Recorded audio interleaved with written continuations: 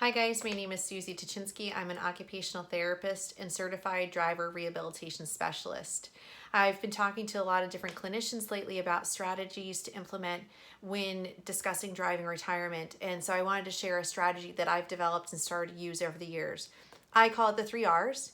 And so with the 3 R's, we're thinking about removing access, replacing the need, and remembering the fun. So let's talk about each of those briefly. So the idea of removing access is removing access to the vehicle itself. A lot of times people will think, well, if you remove the license, we've removed the access. But the reality is, many times the individual that we're having retire driving, their memory can't be relied upon for remembering they don't have a license or remembering that they shouldn't drive. So it's really our responsibility as the caregivers and the support for this individual to remove their access to the vehicle. So that might be removing the vehicle itself, removing the keys, making sure that there's no way to jumpstart the car. You know, I have had clients who the families have disconnected the battery and they resolve the issue by calling AAA. They figure out they're not supposed to drive, so they call and they get the car jumped and fixed. So we want to think about removing the access to the vehicle. After we remove access to the vehicle, you should also think about replacing the need for mobility. Okay, so where is it this person goes? And really, you know, when we're doing our occupational profile, digging into those habits and routines so that we can prompt this part of the conversation is super important. So I know that going to the Lions Club once a week at 7 p.m. on Wednesdays is super important. Getting to the beauty parlor on Fridays every other week for the hair to be done. Going to the grocery store is the routine on Mondays at 9 o'clock.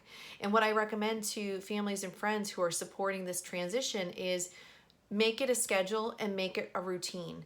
You know, anticipate what they need, replace their mobility needs, and make it a routine. Make it so this individual doesn't need to ask for it.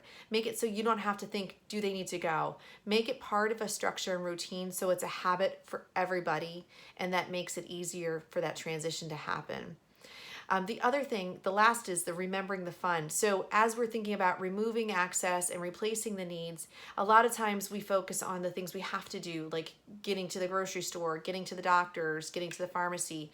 But remember, a big part of driving and community mobility is the idea that we are able to do things spontaneously and we're able to do things to support leisure interests. You know, there's nothing better than on a hot summer day going for an ice cream, or this time of year, I love just going for a pumpkin coffee. So remembering those leisure things, tapping into adult grandchildren can be a great resource for this. You know, they can be assigned that this is their Saturday, but it becomes, you know, so it's assigned for them, but it's spontaneous for the person they're supporting.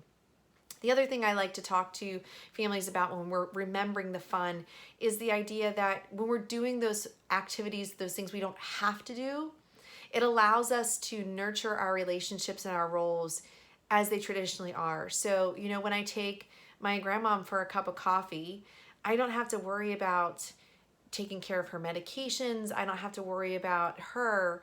We can sit there and have a cup of coffee together, and she can be my grandmother and I can be the granddaughter, and our roles are as they were before.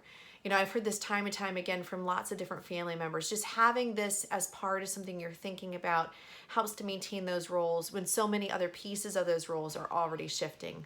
So a strategy I like to use is the 3 R's: removing access, replacing the needs for community mobility, and remembering the fun. Hopefully this strategy helps you out as well. Of course, there's tons of resources we can dive into for each of these components, and I really encourage you to do so.